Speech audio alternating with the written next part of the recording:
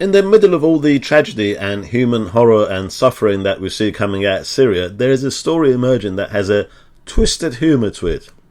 Some of you who may have been following the reports from Syria may have seen this footage of Clarissa Ward, the CNN's chief international correspondent, helping a prisoner walk away from one of Assad's prisons that had been liberated with the help of a rebel guard.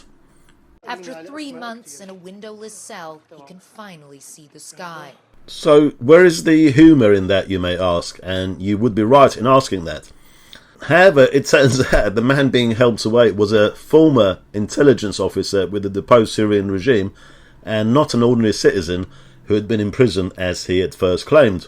Clarissa Ward and the CNN team were initially pursuing the whereabouts of the missing US journalist Austin Tice when they came across a cell in a Damascus jail that was padlocked from the outside.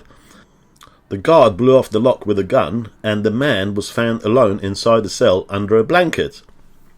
He was being held in a jail that had been run by the Syrian Air Force's intelligence services until the Assad regime collapsed. And when they opened the cell, he claimed he was jailed for opposing the Assad regime. But the local residents identified him from the pictures to be a lieutenant in the Assad regime's Air Force Intelligence Directorate by the name of Salama Mohammad Salama, and not the name he gave to the CNN.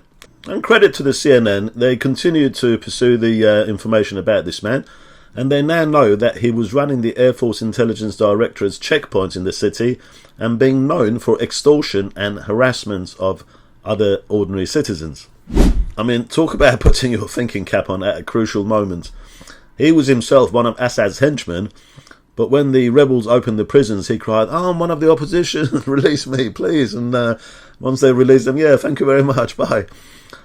So why was he in jail if he was one of Assad's henchmen? Well, it is said that he'd been jailed for less than a month because of a dispute over profit sharing from extorted funds with his higher ranking officer.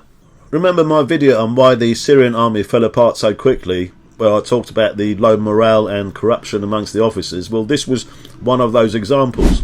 So where is this guy Salama now? Well, the rebel guards handed him over to the Syrian Red Crescent, and at the moment no one knows where he is. He seems to have disappeared for now. So the moral of the story is, don't judge a story by the first footage you see. There can always be another side to it.